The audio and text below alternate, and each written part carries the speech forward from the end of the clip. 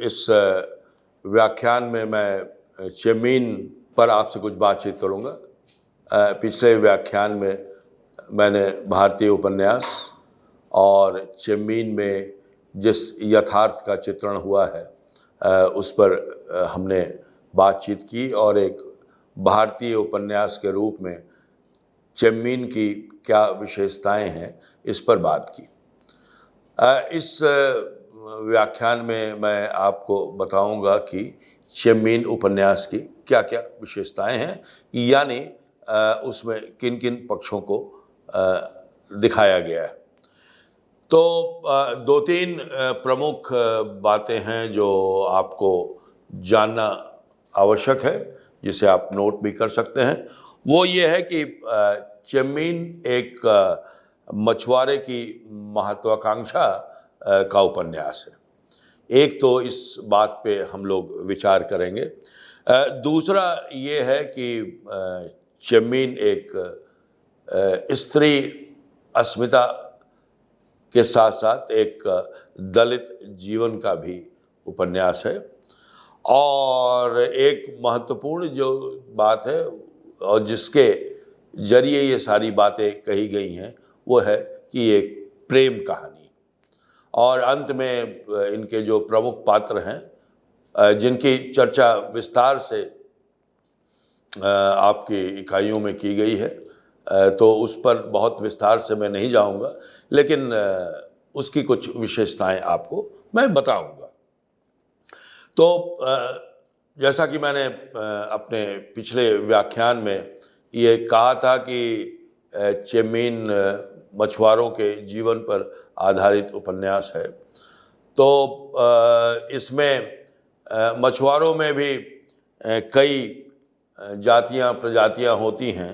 तो वो इस उपन्यास में जिस पात्र का चित्रण है, जो चेम्पन नाम का मछुआरा है, उस मछुआरे की महत्वाकांक्षा का भी ये उपन्यास है, क्योंकि उसकी महत्वाकांक्षा पर उसकी पुत्री की जो प्रेम कथा है वो बलि चढ़ जाती है। चेम्पन की एक महत्वाकांक्षा ये है कि वो एक नाव खरीदे, एक जाल खरीदे, ताकि वो आत्मनिर्भर बन सके। और जिस समाज से है चेम्पन, वो आर्य समाज है, और वह समाज दलित समाज है, और उसको नाव खरीदने या जाल खरीदने या आत्मनिर्भर होने का अधिकार नहीं है, बल्कि उसका काम है अन्य जो मछुआरे जातियां हैं उनकी सेवा करना। लेकिन वो निर्णय करता है कि मैं एक नौका लूँगा। आपने गोदान पढ़ा होगा, प्रेमचंद का जो उपन्यास है, उसमें भी जो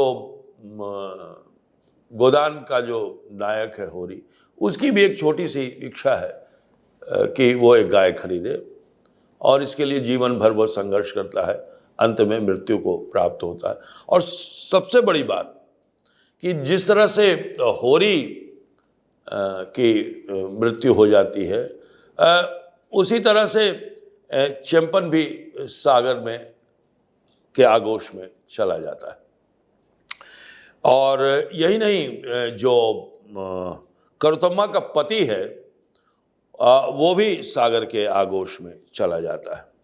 तो ये है कि कोई अगर दलित व्यक्ति, कोई संघर्षरत श्रमिक अपने समाज में कुछ पाने की इच्छा रखता है, तो उसका जो समाज है वो उसकी आलोचना करता है, उसका विरोध करता है, और उसे अपनी जगह बनाने में बहुत संघर्ष करना पड़ता है। जैसे हमारे ही पूरे समाज में जो संरचना है, ये केवल उत्तर भारत की बात नहीं है, सारे कि जो दलित समुदाय है, जो दलित समाज है, उसको अपनी जगह बनाने में मुख्यधारा में बहुत समय लगता है, संघर्ष। वो आप सब लोग इस बात को अनुभव करते होंगे, इसमें विस्तार में जाने की कोई आवश्यकता नहीं है। तो मेरा ये कहना है कि आज़ादी के बाद भी और आज़ादी के पहले भी और आज़ादी के बाद जब हम सबकी स्वतंत्रता की बात कर रहे हैं, सबकी अभिव्यक्ति की बात कर रहे हैं, समानता की बात कर रहे हैं, इसके बावजूद भारतीय समाज में असमानता है, भेदभाव है। और ये केवल सामाजिक भेदभाव ही नहीं है बल्कि आर्थिक भेदभाव भी। लेकिन इसके बावजूद चैंपन नाव खरीदता है। अब नाव कैसे खरीदता है? तो जो करुतम्मा उसकी बेटी है, उसकी बेटी प्रेम करती है एक व्यक्ति से, और जब वो प्रेम करती है तो वो एक उसका जो प्रेमी है, वो प्रेमी काफ़ी समृद्ध है, उसके पास पैसे हैं, तो वो पैसे वो चैंपन को दे देता है और ये कहता है कि तुम, और इसलिए देता है कि वो उसकी बेटी से प्रेम करता है। अब देखिए, प्रेम, महत्वाकांक्षा, आर्थिक स्थिति, समाज की विडंबनाएं कैसे एक दूसरे में अनुस्यूत होती हैं, एक दूसरे में जुड़ती हैं, इसीलिए ये बड़ा उपन्यास बनता है। और सबसे बड़ी बात कि जो ये मजदूर वर्ग है, जो संघर्ष कर रहा है, उसे इस बात से डराया जाता है, भयभीत किया जाता है कि तुम अगर समाज के नियमों को तोड़ोगे तो तुम्हारा अहित होगा। और मछुआरों के संदर्भ में कि सागर मां तुम्हें इसका दंड देंगी। अब इसी स्थिति में क्या होता है कि जो मछुआरे हैं वो अपने हदों को पार नहीं करते, लेकिन ये चैंपन अपनी हदों को पार करता है, लेकिन वो एक बेईमानी करता है। जो प्रेमी है करुतम्मा का, उसको जो पैसे दे देता है तो उसको पैसे लौटाता तो नहीं है, बल्कि वो उसको अपना प्रतियोगी समझ लेता है, उसको मछली नहीं मारने देता है, उसको मछली देता नहीं है लाके, और वह मोहताज हो जाता है, गरीब हो जाता है। तो ये जो एक चरित्र निर्मित किया है एक मछुआरे का, वो दिखाता है कि कैसे व्यक्ति के पास जब थोड़ा सा धन हो जाता है, थोड़ी सत्ता हो जाती है, तो कैसे उसका चरित्र बदल जाता है। और यहां भी चैंपन का चरित्र बदलता है, वो व्यवसायी बन जाता है, महाजन बन जाता है, कर्ज पर सूद देने, पैसे देने लगता है। बड़ा विरोध होता है उसका, जो मुखिया है बड़ा विरोध करता है, तो वो जाता है और मुखिया को भी अपनी ओर कर लेता है और नाव खरीदने का अधिकार प्राप्त कर लेता है। और ये जो चैंपन का पूरा जीवन है वो मछुआरों के जोखिम भरे जीवन का प्रतिनिधित्व करता है। जैसा कि मैंने कहा था कि वह रोज समुद्र में जाता है, और वैसे ही जैसे सैनिक युद्ध में जाते हैं, और वह वापस लौटेगा या नहीं लौटेगा यह इस बात पर निर्भर करता है कि उसकी पत्नी कितनी संस्कारी है, शुचिता उसमें कितनी है, पति के प्रति वह कितनी आस्थावान है। ये जो बाद में विवाह करता है अपनी पुत्री का चैंपन, वहां भी यही स्थिति लागू होती है। एक बार मछली पकड़ने में एक युवा नाविक, युवा मछुआरा उसको हरा देता है, और वह यह प्रण करता है कि इसको मैं अपना दामाद बनाऊंगा, और उससे उसका विवाह कर देता है अपनी बेटी से। करुतम्मा एक परंपरागत मछुआरी होने के नाते इसे सहर्ष स्वीकार करती है, लेकिन उसके अंदर एक टीस है, वो प्रेम की टीस है, लेकिन वो उसको उजागर नहीं करती। वो उस टीस को, उस घाव को अपने पास संजो कर रखती है। वो घाव कभी भरता नहीं है, बल्कि उसका एक त्रासद अंत होता है। जब वह अपने प्रेमी के आगोश में चली जाती है और उसके पति की नाव भी डूब जाती है और ये भी दोनों समुद्र में के पास खड़े खड़े समुद्र की गोद में समा जाते हैं, तो जो करतुम्मा का पति है, करतुम्मा का प्रेमी है, करतुम्मा का पति है, ये सब करतुम्मा के प्रेम की प्रेम कहानी से जुड़े हुए हैं।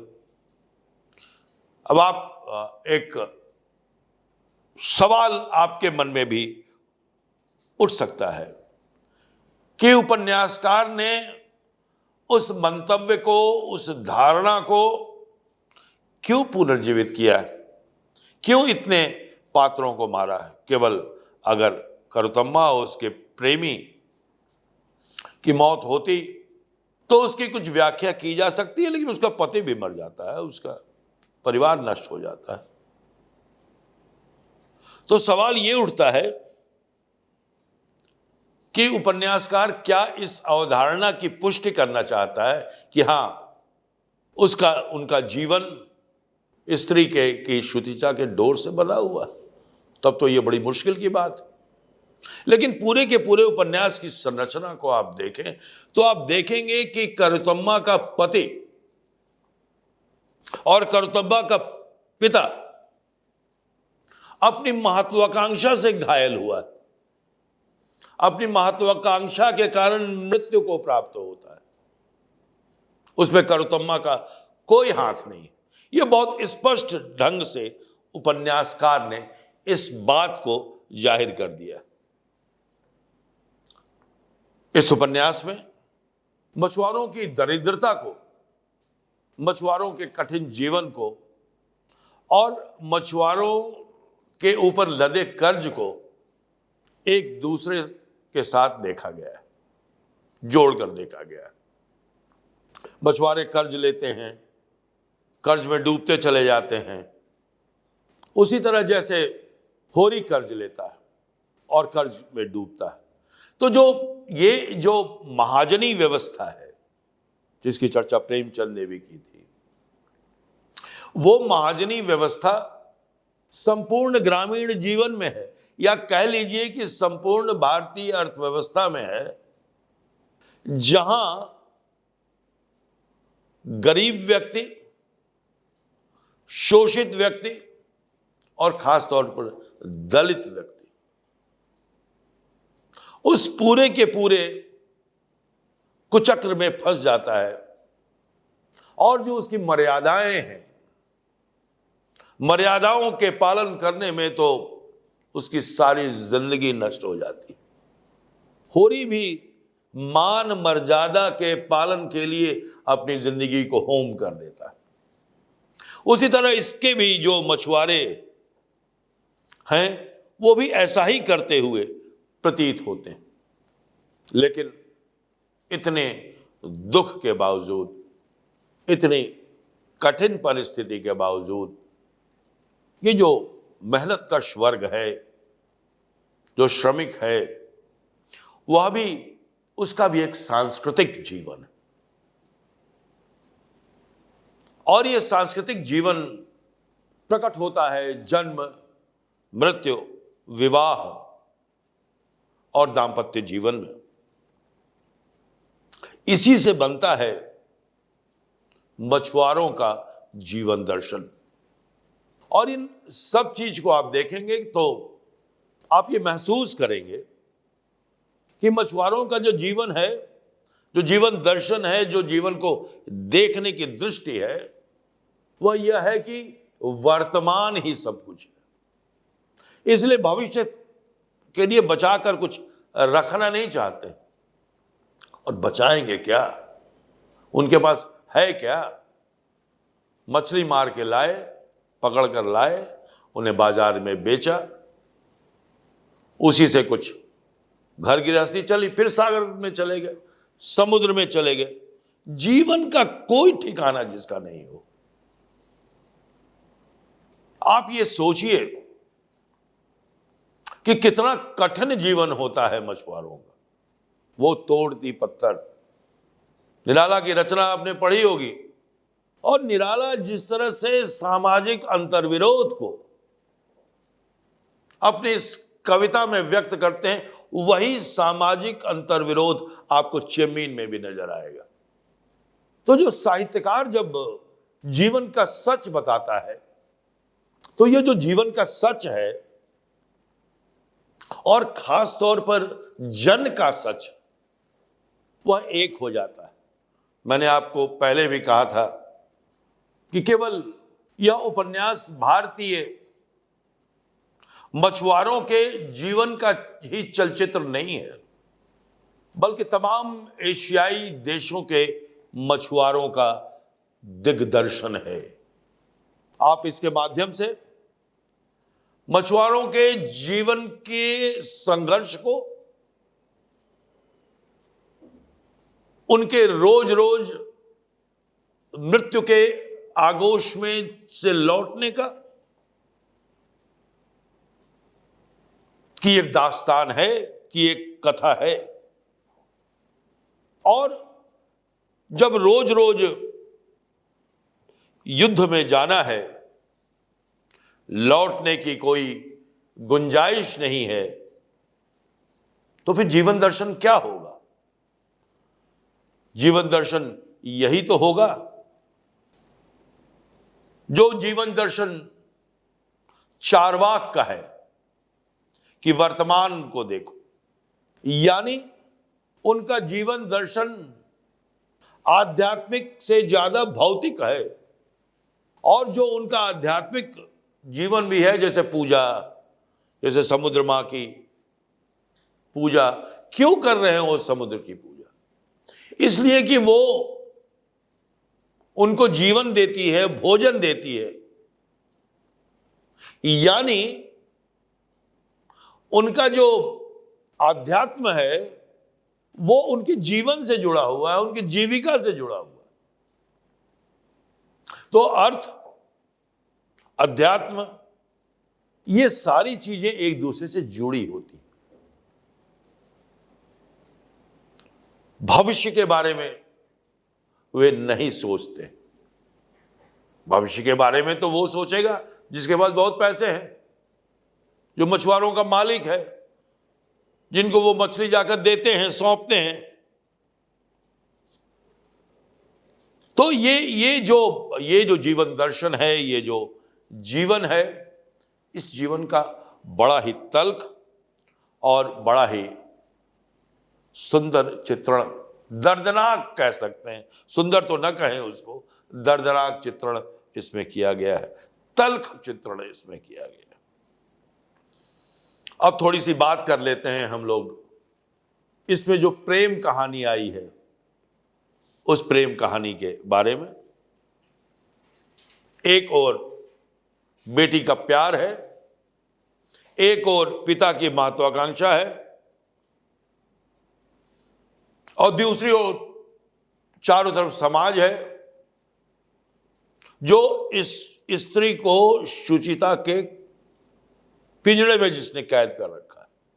अब उसमें प्रेम पर तो किसी का वश चलता नहीं, प्रेम हो जाता है उसको, लेकिन ये कोई रोमांटिक प्रेम नहीं है कि कोई रोमांस हो गया और फिल्मों में जैसा होता है कि हम गाना गा रहे हैं। नहीं, कुछ नहीं है। वो तो प्रेम पूरी तरह अभिव्यक्त भी नहीं हो पाता। मुझे पूरे उपन्यास का अंत छोड़कर, जिसमें वो आलिंगनबद्ध होते हैं, पूरे उपन्यास में कहीं भी कोई शारीरिक संस्पर्श तो है ही नहीं। वह केवल मानसिक स्तर पर है। दोनों बाल सखा है, माने उनके प्रेम को मैं देखता हूं कृष्ण और राधा के प्रेम की तरह, जहां भौतिकता बिल्कुल नहीं है, प्रेम का उच्च स्वरूप है। लेकिन यह भी समाज को स्वीकार नहीं है। दोनों बाल सखा हैं, बचपन में एक साथ खेलते हैं, एक साथ बड़े हो रहे हैं, लगाव हो जाता है। और ऐसा प्रेम जिसमें बलिदान है, त्याग है,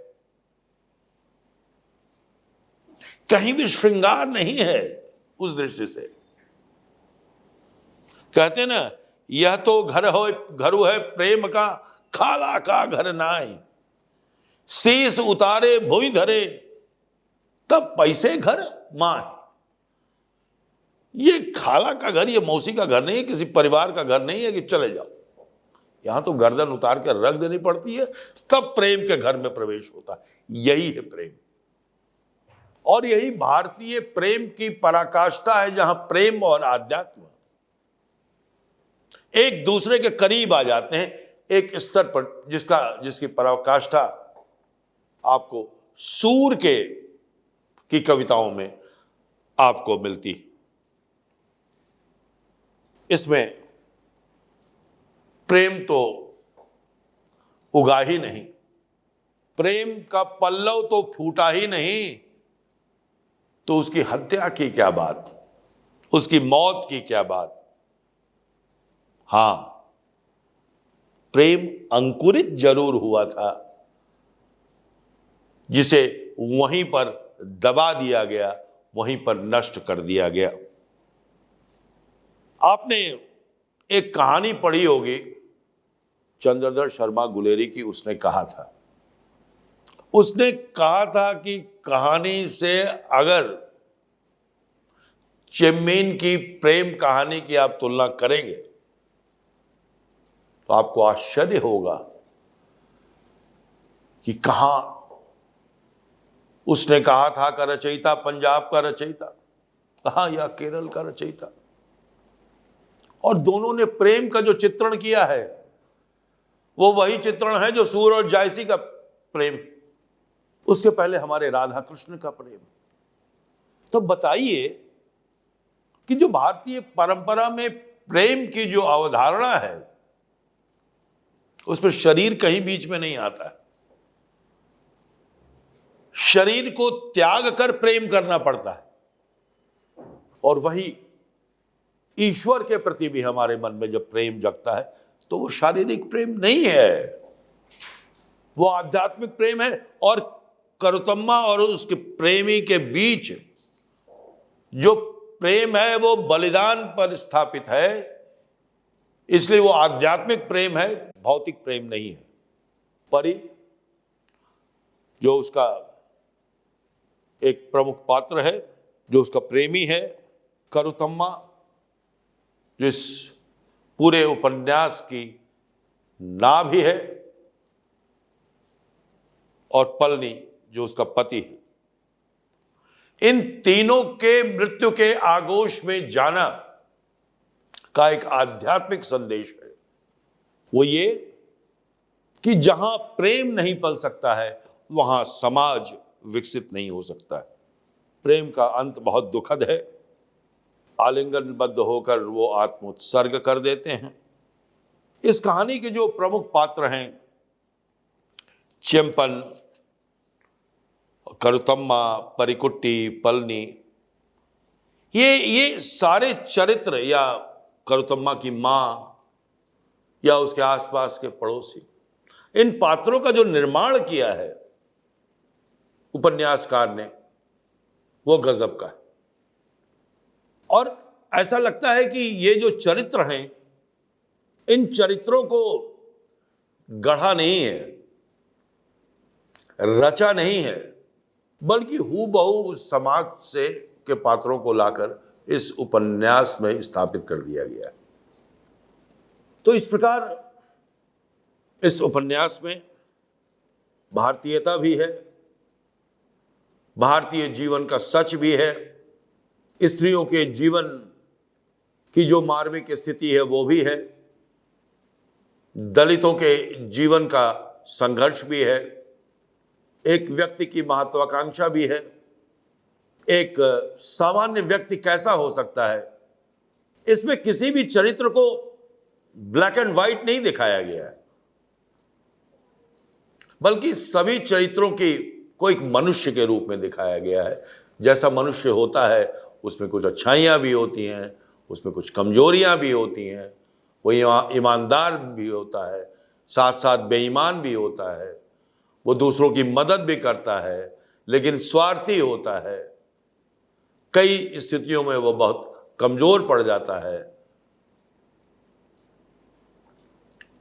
तो इस प्रकार इसमें मनुष्य है, लेकिन जो कठोर यथार्थ है वो कि करितम्मा यानी एक लड़की प्रेम नहीं कर सकती है अपने मन से। एक दलित व्यक्ति नौका नहीं खरीद सकता है।